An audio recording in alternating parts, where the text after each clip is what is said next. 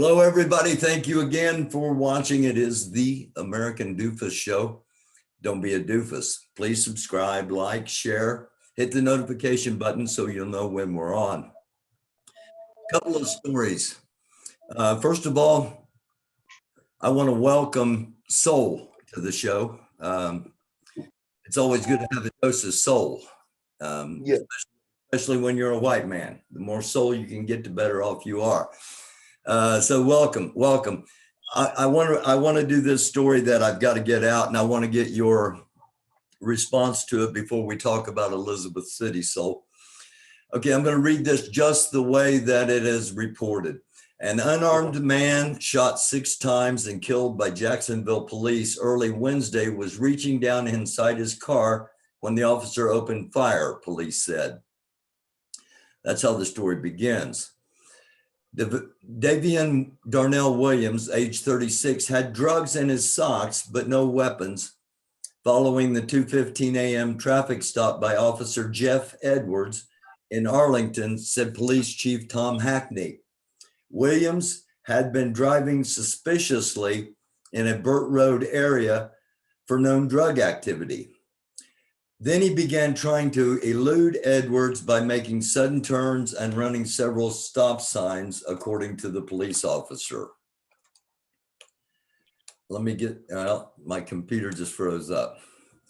Basically, it goes on to say, the police officer, Officer Jeff Edwards, was the only officer there. He had called for backup, but the backup didn't arrive before the incident happened. The incident was Edwards moved around to the passenger side of the vehicle to try to get a better view of what Darnell Williams was doing. Darnell reached down and the officer fired 7 shots, 6 of which hit Edwards, killing him immediately. Right. There's no body cam footage at this time, but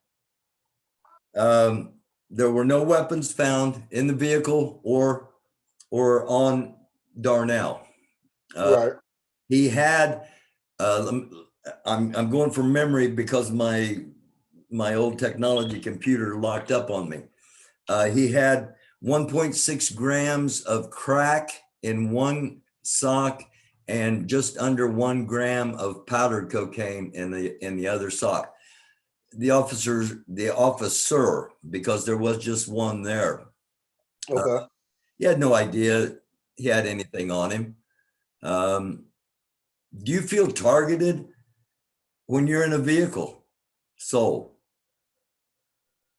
I feel targeted whether I'm in a vehicle or not. Okay.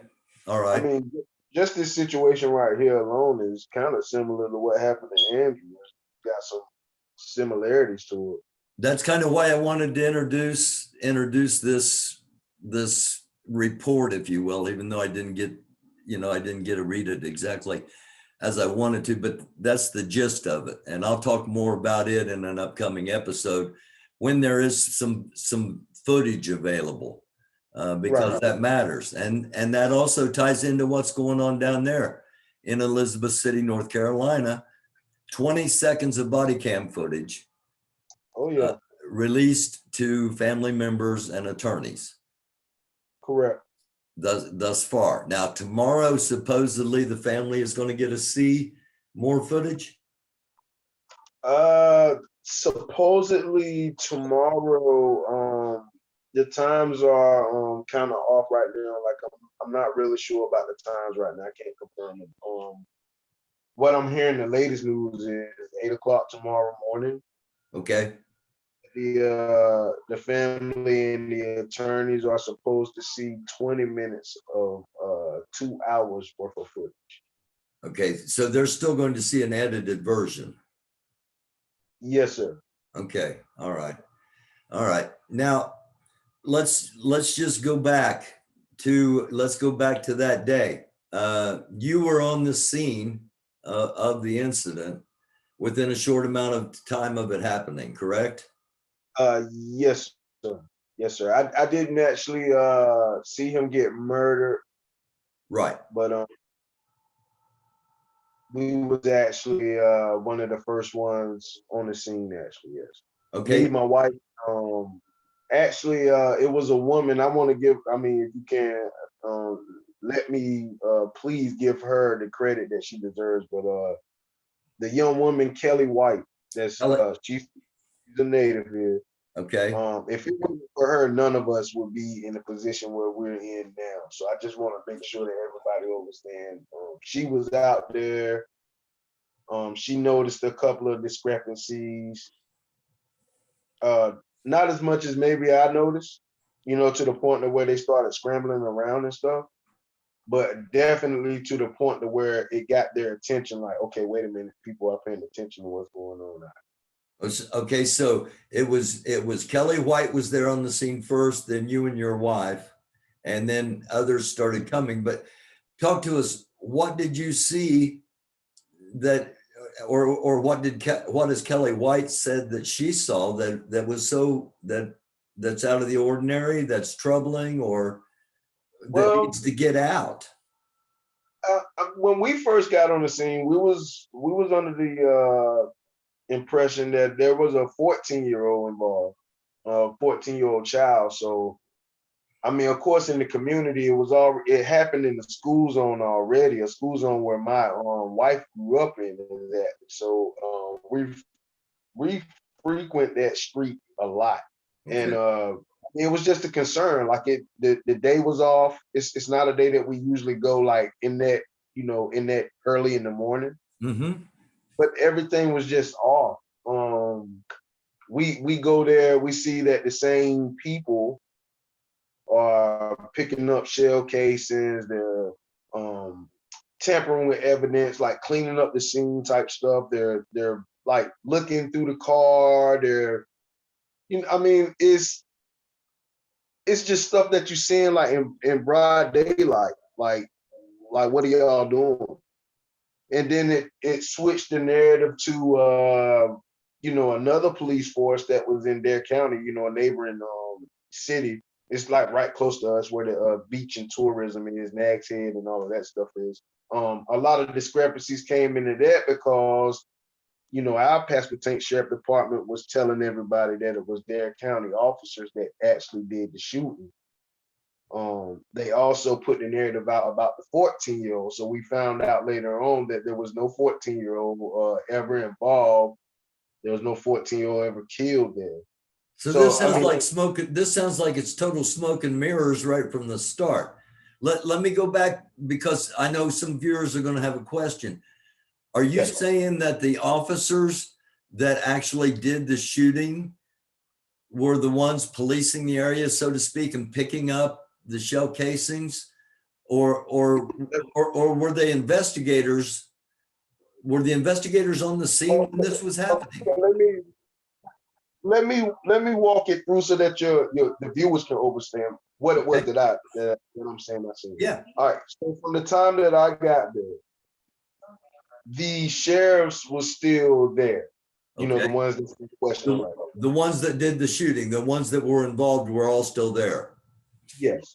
Okay. Um, Was it, did they, Business City Police hold, Department. hold on just a second. I want to ask this too. Okay. Did they call for medical assistance for Andrew Brown? Did they try to save his life after the car hit the tree? Do we know any of that? I cannot tell you that. What I can tell you is this, though. I mean, in according to what the question is that you just asked, there was no hospital reports or anything of any officers being hurt or injured or anything like that. There was nothing on the scanners because we was listening to the scanners too. So there was nothing on the scanner saying that there was like a suspect in custody or anything like that. The only thing that we heard on the scanner was that they let us know pretty much it was a police shooting. Okay. All right. Basically the police were the ones that did the shooting. Okay. All right. But when you got there, was Andrew still in the car, or had his body been transported to the hospital to try to save his life? When we arrived, Andrew had already been pulled out of the car because he was actually pulled out of the car by the officers. Okay. He was pulled out of the car and he was already on, the ground. He was laying on the ground when you got there. All right. Yes. And then did EMS come shortly after, or the morgue, or? It was kind of crazy when EMS came initially. I don't know what happened with that because they made them turn around. Like we could see them actually turn around. So EMS didn't. It looked like they might have was gonna respond, but then they didn't respond. Like they kind of like turned around and then EMS came back like hours later on. I think I mean, this is my opinion that I'm giving you on this one. I do believe that I think they might have had already announced him dead already, and because of the investigation or whatnot, they just told them to turn around. But this is my opinion on that. Okay. All right. But so how long did they leave him laying there? It was over 4 hours. 4 hours. They had him laying on the street for 4 hours.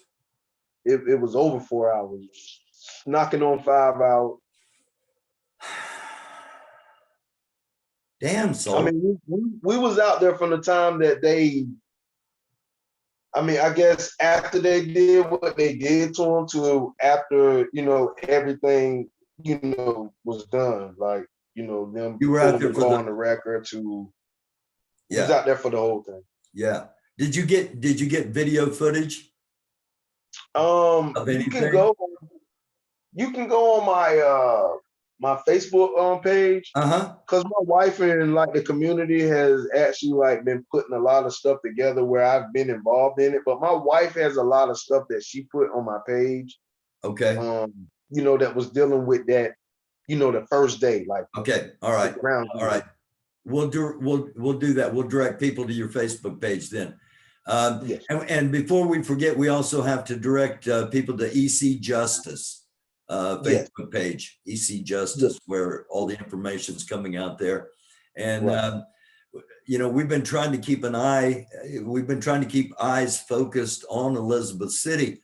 It's not like there's, it's not like Indianapolis, Louisville, Drayshawn Reed in Indianapolis, Breonna Taylor and others in Louisville, where there are millions of people and there's always somebody wanting to protest and get involved in. This is a little town, right? Comparatively speaking. I mean, the numbers fluctuate depending on who it is that you talk to, but with us being at least 18,000, a lot of people wouldn't think that we would get the exposure because of what happened, but the community came together at a time, and we're dealing with the same thing that anybody else in America would be dealing with on both sides. We're dealing with the racism on both sides. So, I mean, we came together as a community, and we realized that we had to get the information out, to everybody else because of our community being so small, and with everybody that's pouring in with the support and getting the message out. The community has not rioted or did any, no, like people protesting and stuff like they've tried to put out. Like we haven't done any of that stuff. Right. And, we were just promised transparency from the beginning, and we just haven't got it. So it's real hard, man. It's hard. I was one of the first to report this story, and the video footage I had that first day, within a couple of hours of it happening, all it showed was a blue tent covering the car and the scene. Yes. And, yeah. Okay. How long? I mean, did that come up fairly quickly after the incident, or the blue tent came up? Okay. The blue tent was, but it's just that because they was hoping, I guess, that a lot of people wasn't gonna be out there, or they was gonna be able to do whatever it was they can do before anybody arrived. It's like they was almost kind of cocky with it. The tent wasn't like fully exposing him at first or anything like you could see him like right there by the car. you know, I mean, like there was a lot of variables in there to let you know that the sheriff's office here in Elizabeth City didn't care about whether anybody seen it or not. I mean, it's apparent now. I had a video on last night's episode. A police officer with a knee on the back of a young black man on the cement on the pavement with a gun to his head, Right. and while other police are still handcuffing this guy, this young man, that the cop still got the gun to his head with his hand on the trigger, and he gets up. And you're talking about them being cocky about it. He gets up and says, "I hope you got all that on film." He doesn't reholster his gun. He carries his gun pointed towards the ground, but in the direction of the crowd that's gathered, all the way back around behind cars. So Right. some of them are cocky about it, and those, man, that the danger. We had people out there that was laughing that day. A lot of the officers that was out there that day was like really like laugh. It was I'm a very reserved guy. And nobody would have expected me, especially to say anything like this. You know, I'm pretty quiet. This town is a town where you kind of try to stick to yourself a lot. Yeah. And just to go out there and just watch how, you know, when Andrew's son came up and he was asking what happened to his dad, and just to hear the constant lies that they told. One instant they told him that Dare County, like I said, they said that the Dare County officers was the officers that killed Andrew. They also told him that Andrew had a weapon and he brandished the weapon and they had to kill him. They said that he had drugs, which we all found out that that's not true. That's public record. He had no weapons on him. He had no drugs on him. And I think if you've looked at the Roland Martin show, he did an interview where he actually walked you through it, like to the scene and everything, which I haven't had a chance to actually do that yet. I just feel like right now our position in the world, I mean, right now in Elizabeth City is to make sure that we get these top officials and, you know, these sheriffs taken care of. Like we don't need to drop the ball when it comes to that, because it can happen again. You mentioned the Roland Martin show, and he had a segment on there where the neighbor, an assault rifle bullet had gone through the neighbor's house. Yes. Went through the porch. It went through the awning on the porch. Went through the front wall. Went through an interior wall, and bounced off a crock pot sitting on his cabinet at the back of his kitchen. Yes. He said that his wife usually sits in the chair where the bullet like last hit. Yeah. And you know, just so happened she just wasn't sitting there that day, but that's usually where she sits at. She had left for work early that day. Right. Yeah. Crazy. Yeah, it is. All right. So we got now we got everybody knowing who you are, going to your Facebook page. And looking for Kelly White and looking for EC Justice. Right. Also look for and I really want y'all to understand that, I mean, the collective, like we couldn't do this right now if it wasn't for a couple of the councilmen that kind of like stepped out of the I mean, quote unquote norm. I guess the norm now is just being silent and hoping that everything like blows over. Yeah. We had a couple of the councilmen that stepped up. We had a couple of our, you know, activists.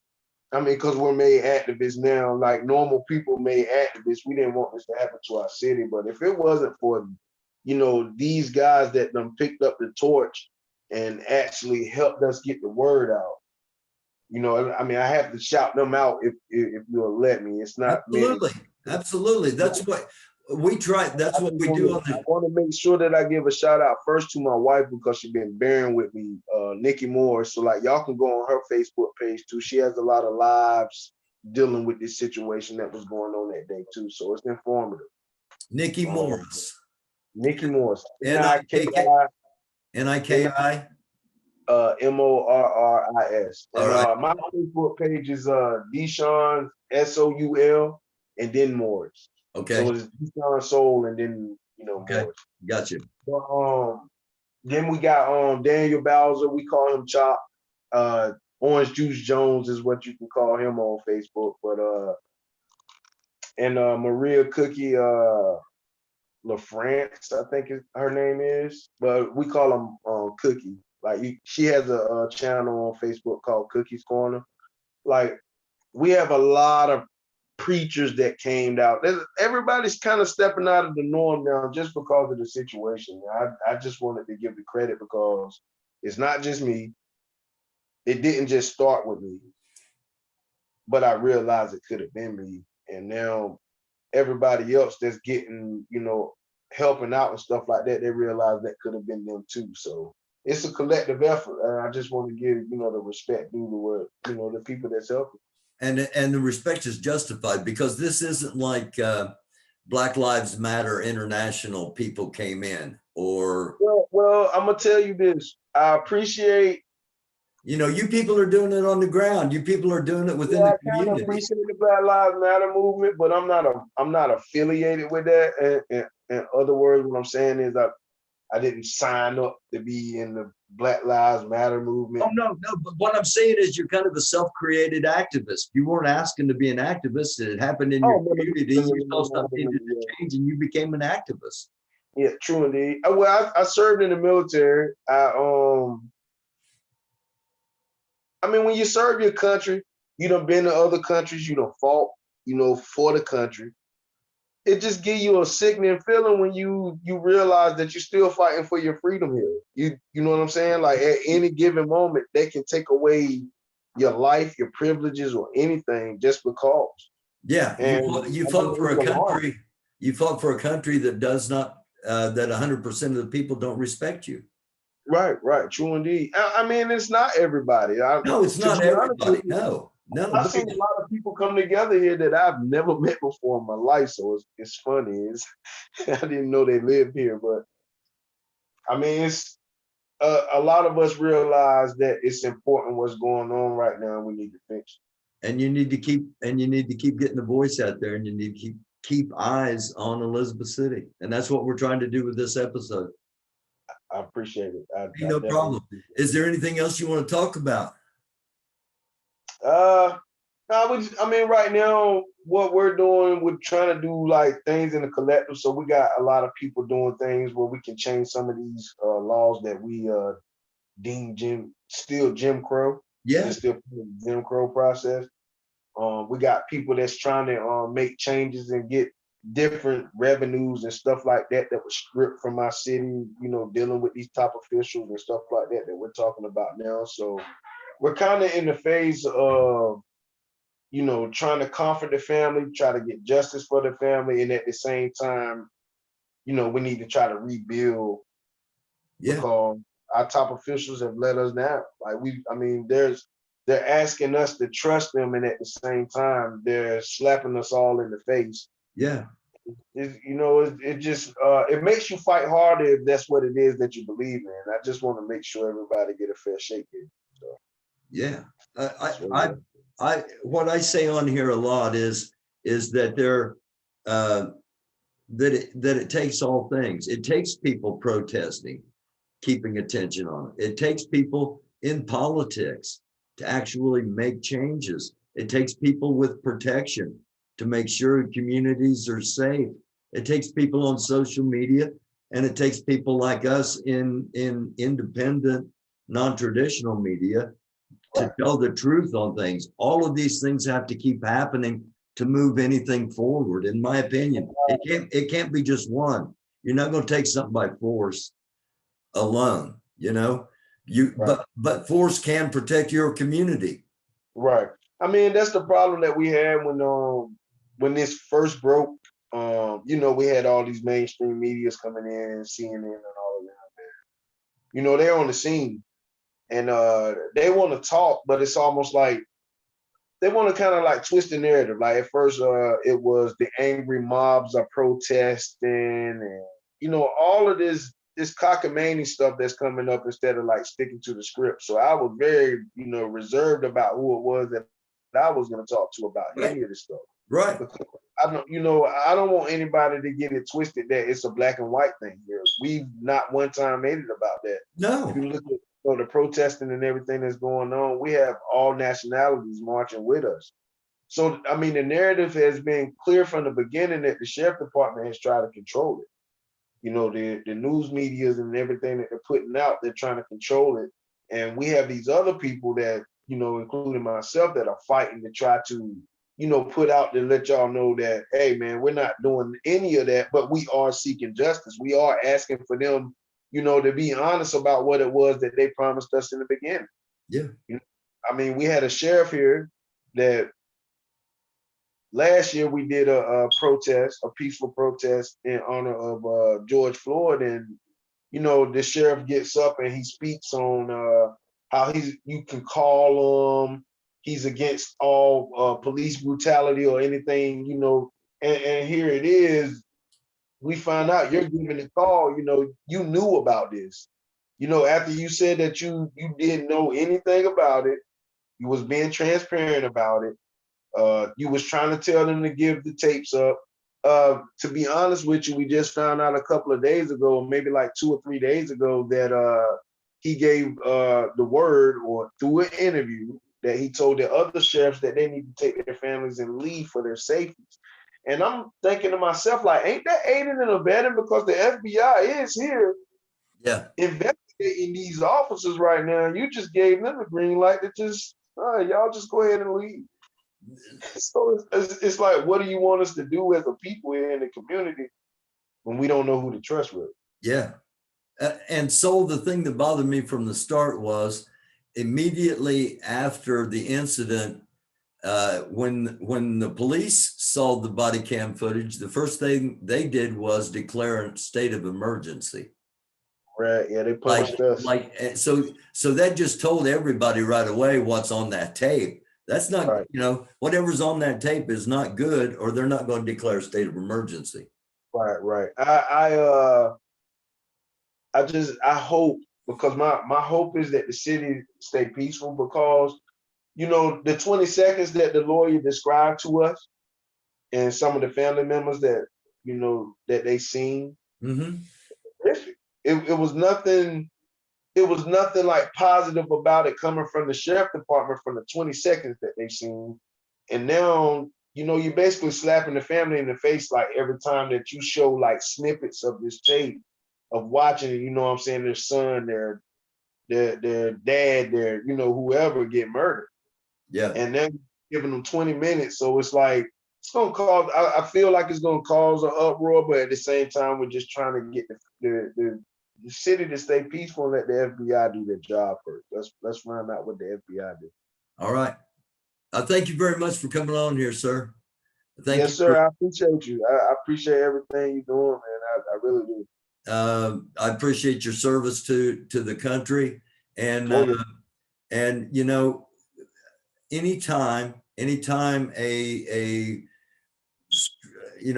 a strong younger black man and an older white dude can get together and talk, it's a positive thing.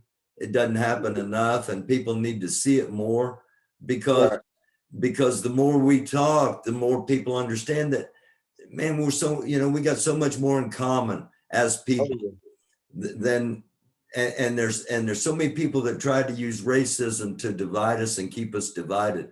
And we all rise together. Oh yeah. Like I said, it's gonna take a collective effort. We gotta stop this, man. It's gotta stop. It's gotta stop. I don't want my grandkids dealing with it. I don't want my great grandkids dealing with it. And I know you don't either. So we got to come together and stop it somehow, all of us. Oh yeah. All right. Hey, much respect for what you're doing in your community. You know how to get a hold of me. We'll get back on here and do this again anytime. Yes, sir. Just look forward to my lives, because I'm gonna be out there, so they know what Facebook page to go on now to check it out. But anytime something's going on, just look for me. And those of you watching the American Doofus show, watch for him because you never know when I'm going to be popping into one of his lives and getting it out to you when things are happening because he's on the ground all the time. Much respect to you, Soul. Thank you, sir. Thank you. It is the American Doofus show. Don't be a doofus. It's a dark world. Try to be a light. Blessings to all of you. Peace, love, and don't be a doofus. It's the American Doofus show.